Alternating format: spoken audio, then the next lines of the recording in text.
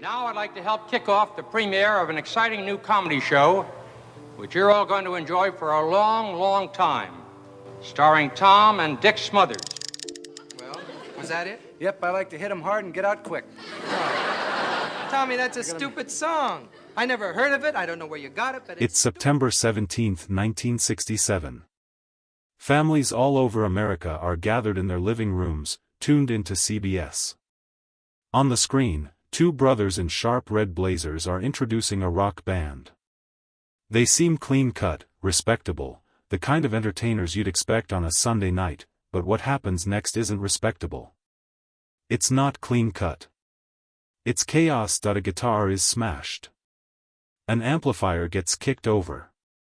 And then, a massive, unsanctioned explosion rocks the television studio, sending a plume of white smoke billowing across the set. The show is knocked off the air for a second. The lead guitarist's hair is literally on fire. The drummer is hit with shrapnel from his own exploding drum kit. And in that moment of pure, live television anarchy, CBS lost control. This wasn't just another rock and roll stunt. This was a declaration of war. What you're about to see is the story of how the Smothers Brothers Comedy Hour became the most dangerous show on television. It's a story about a relentless battle between two folk-singing brothers and a corporate giant, a battle fought over every word, every joke, and every single frame of film. The censors at CBS checked every second of their show, but they couldn't stop them. Because the brothers had a secret weapon, they were willing to get fired. The explosion was just the beginning. The real shocking moment, the one that proved the Smothers Brothers had beaten the network at their own game, wasn't an accident at all. It was a calculated act of rebellion that led to a showdown that would change American television forever. This is the story of the scene that wasn't just edited, it was erased. And how it built a legacy that rewrote the rules of comedy. To get just how radical the Smothers Brothers were, you have to understand the world they walked into. The year is 1967. American society is a pressure cooker. The Vietnam War is tearing the nation apart. The civil rights movement is fighting monumental battles in the streets, and a counterculture is blooming, questioning every tradition you can think of, but if you turned on your television, you'd see almost none of it. Primetime was a sanitized fantasyland of cheerful sitcoms, simple westerns, and World War II dramas where the good guys always won. It was a landscape ruled by shows like Bonanza, a wholesome family western that was the #1 program in the country. Political commentary was for the nightly news, period. Entertainment was supposed to be an escape, a safe harbor from the real world. Into this quiet, carefully controlled environment walked Tom and Dick Smothers. On the surface, they were perfect for 60s TV. They were real brothers, charming, clean-cut, and known for a folksy, totally non-threatening brand of musical comedy. Dick was the smooth, sensible straight man, while Tom was the bumbling goofball whose famous catchphrase was, "Mom always liked you best." The suits at CBS saw them as completely safe. They'd already starred in a forgettable sitcom for the network where Tom played an angel in training, a concept about as harmless as it gets. So, when CBS needed a show to put up against the ratings monster Bonanza, they offered the brothers a variety show, thinking they'd found the perfect sacrificial lambs. It was widely known as a suicide spot. CBS gave them 13 weeks, fully expecting them to fail. But Tom Smothers, the supposedly clueless older brother, made one crucial demand: he wanted creative control. The network executives, probably underestimating him completely, agreed in principle, but that little detail never made it into the final contract, a fact that would later become a source of legendary conflict. They handed the brothers a show, thinking it would be filled with silly songs and gentle jokes. What they got was a Trojan horse. From its first episode in February 1967, the Smothers Brothers Comedy Hour was different.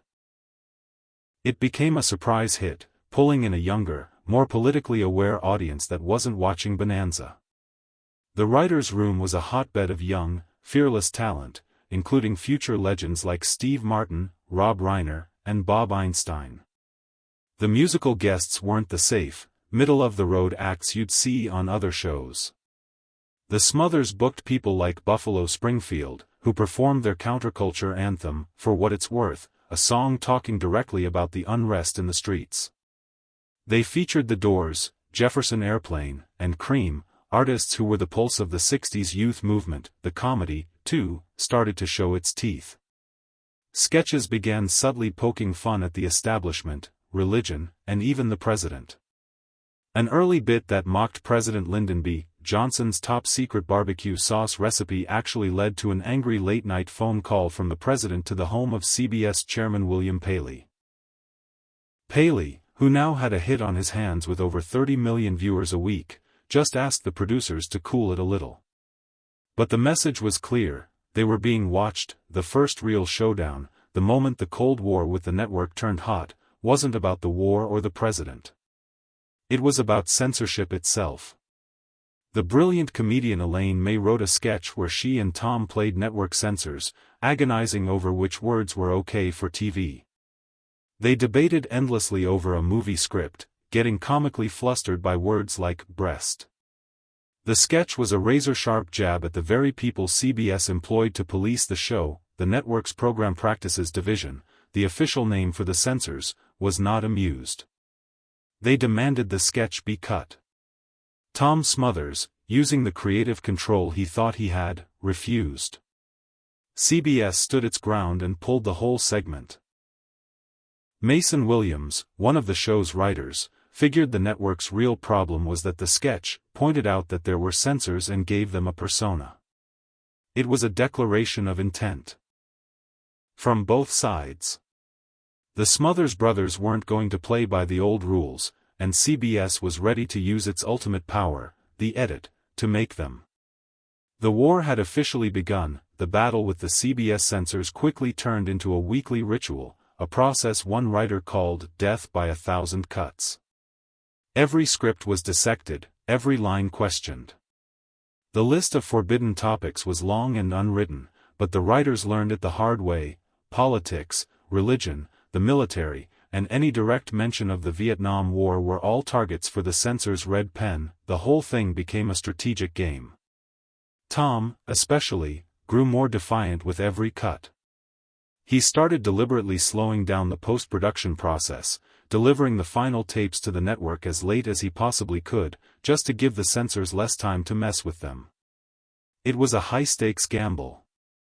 The network standards office had absolute power and could delete jokes, skits, or even entire guest performances. One of the most famous censorship fights was over folk singer Pete Seeger. Seeger had been blacklisted from network TV for 17 years because of his politics. Just inviting him on the show was a bold move. But Seeger wanted to sing Waist Deep in the Big Muddy, a powerful anti-war song. The song tells the story of a platoon in 1942 whose gung-ho captain forces them to cross a dangerous river. The captain, a clear stand-in for President Johnson, drowns while foolishly telling his men to push on.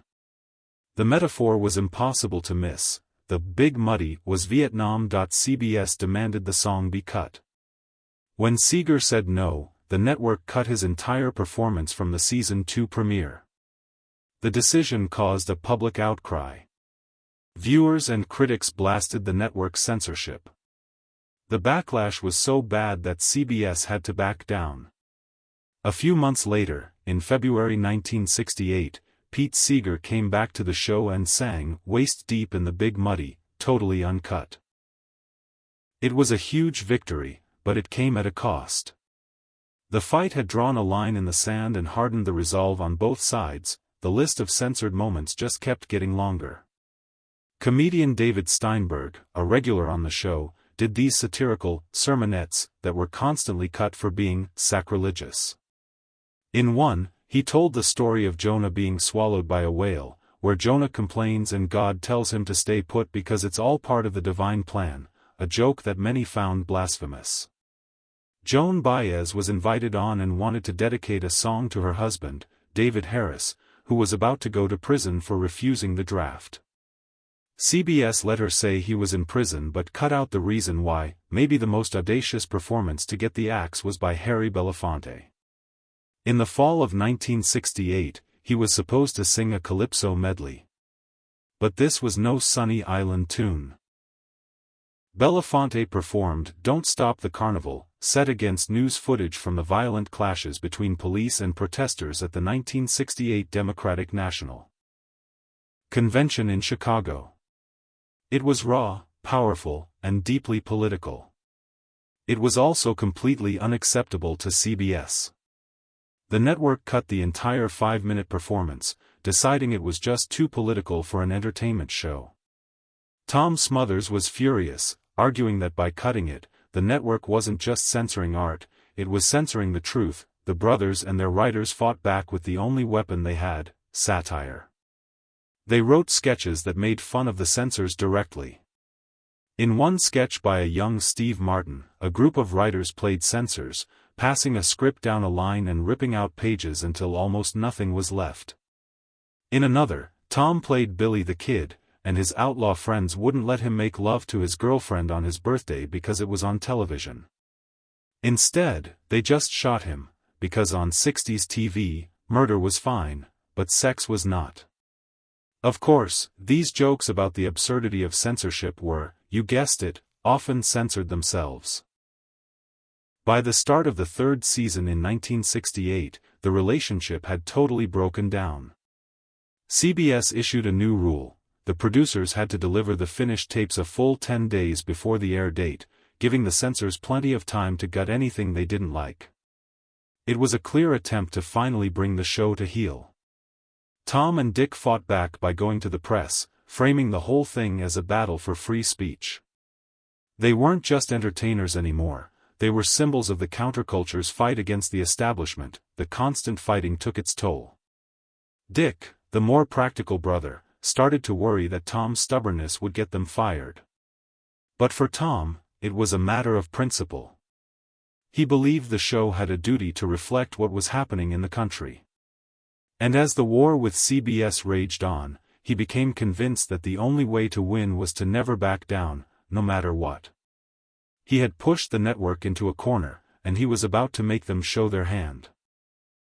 The Smothers brothers were fighting a battle for every single frame of their show, but the fire they started was so much bigger than just one program. It was a fight for the soul of television. And believe it or not, it's a struggle that continues today in the debates we have about what's okay on streaming, on social media, and right here on YouTube. We're still asking the same questions about artistic freedom versus corporate control. If you find these stories about media history as fascinating as I do, make sure to subscribe and hit that notification bell. You won't want to miss what we have coming up, because the story of the Smothers brothers is about to hit its breaking point. With a moment so controversial, CBS tried to erase it from history. The title of this video promises a single, shocking moment the censors missed, a scene that wasn't edited. And on September 17, 1967, that moment arrived with the force of a small bomb. Because it literally was one. The musical guest that night was the British rock band, The Who. They were famous for their loud, aggressive sound and their signature move of destroying their instruments at the end of every show. It was pure rock and roll theater, and exactly the kind of edgy, youth-focused content the Smothers brothers wanted. Behind the scenes, it was a huge fight. The CBS executives and censors were, predictably, terrified. An act of simulated violence on their stage, especially one involving explosives, was a risk they did not want to take. But Tom and Dick fought for it, arguing this was the raw energy their audience craved. They won the argument, but what actually aired went way beyond what anyone, including the band, had planned. That was all drummer Keith Moon's idea. He was known for putting a small explosive charge in his bass drum to set off during the chaotic finale of their hit song, My Generation. But for their American TV debut, Moon wanted to make a statement. He bribed a stagehand to pack his drum kit with several times the normal amount of explosives. Some say it was 3 times the usual amount, others say he just loaded it with more powerful gunpowder. The band launched into My Generation. As the song hit its crescendo, guitarist Pete Townsend started smashing his guitar. Moon kicked his drum pedal, triggering the charge. The explosion was huge and genuinely dangerous. It sent a shockwave across the stage and a thick cloud of white smoke that completely swallowed the band. The broadcast signal was momentarily knocked out. When the smoke started to clear, the aftermath was stunning.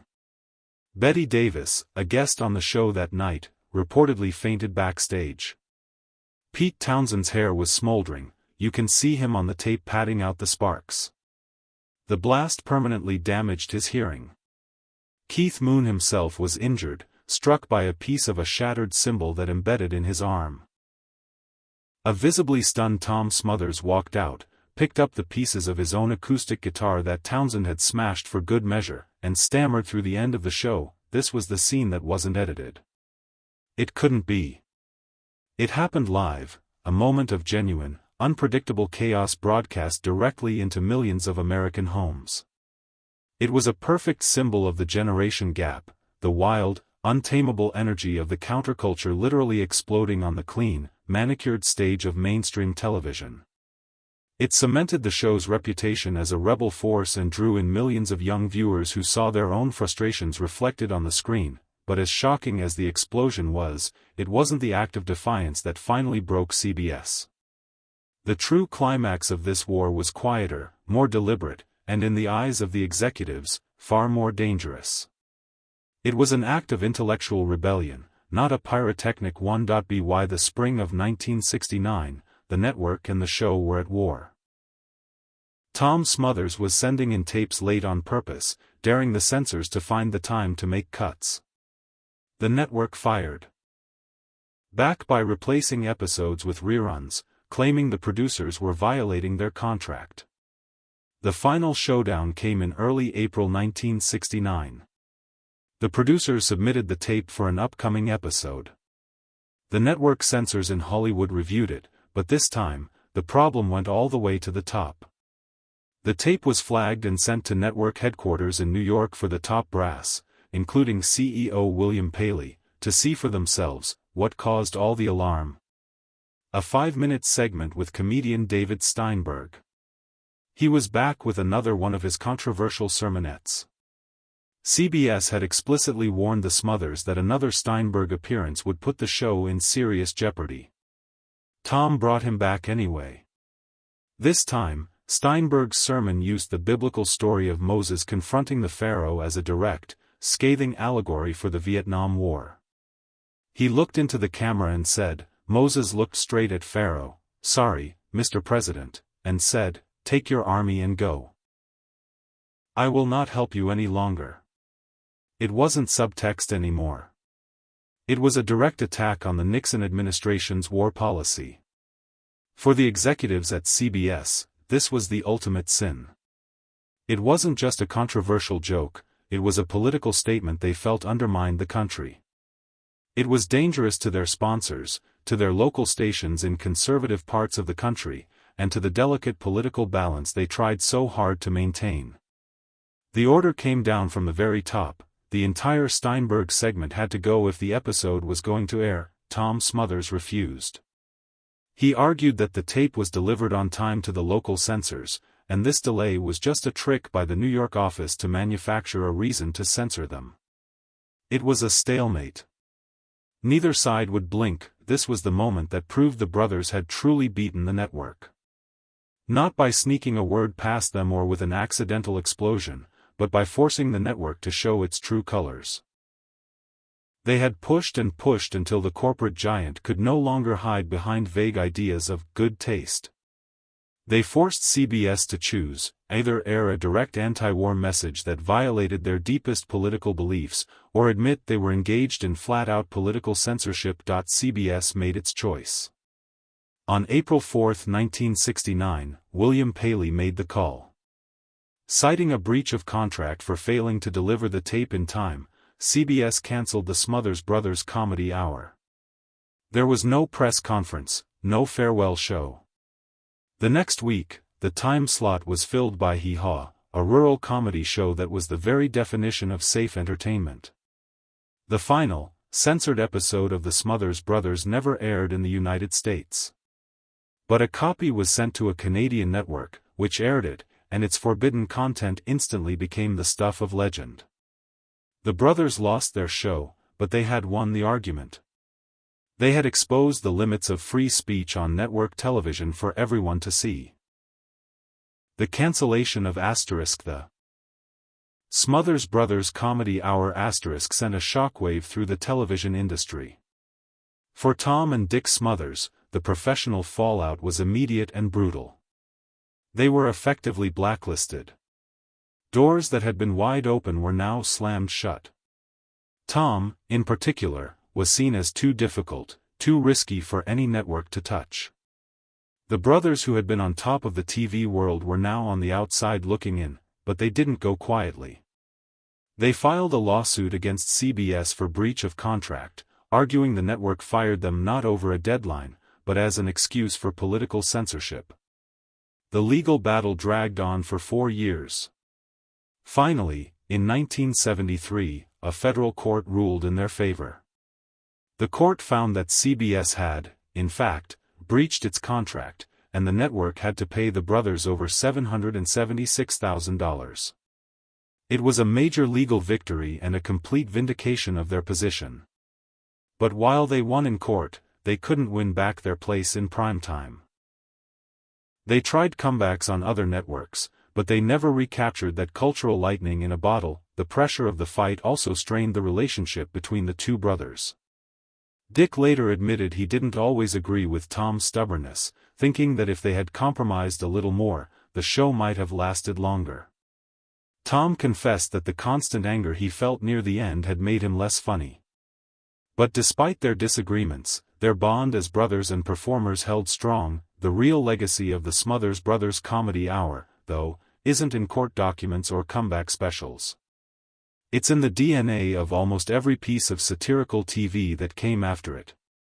The show's defiant spirit became a blueprint for a new generation of comedians who wanted to use comedy to speak truth to power. Lorne Michaels, the creator of Saturday Night Live, has said flat out that, without the Smothers Brothers, there would be no SNL.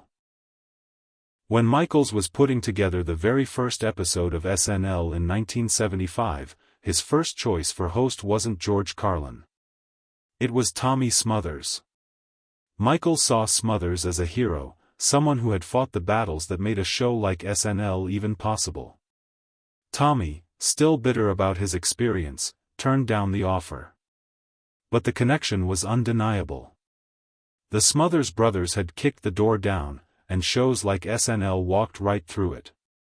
They proved that comedy didn't have to be just an escape. It could be relevant, pointed, and political. It could reflect what was happening in the streets. The show's impact went beyond just inspiring other comedians. It fundamentally changed the national conversation about censorship. The very public firing of a top-rated show over its political content forced everyone to confront uncomfortable questions about corporate control over art.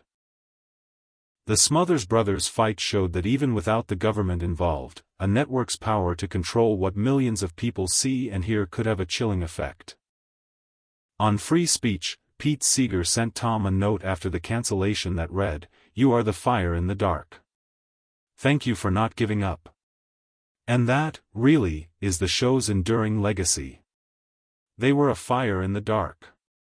They fought a battle they knew they would probably lose in the short term, but in doing so, they lit the way for everyone who came after them. They proved that even in the most controlled environment, a voice of defiance can break through, and that sometimes, the most powerful thing you can do is refuse to be silent. The story of the Smothers Brothers Comedy Hour is more than just TV history. It's a timeless lesson about the power of art to challenge authority, and the price that artists often pay for that defiance.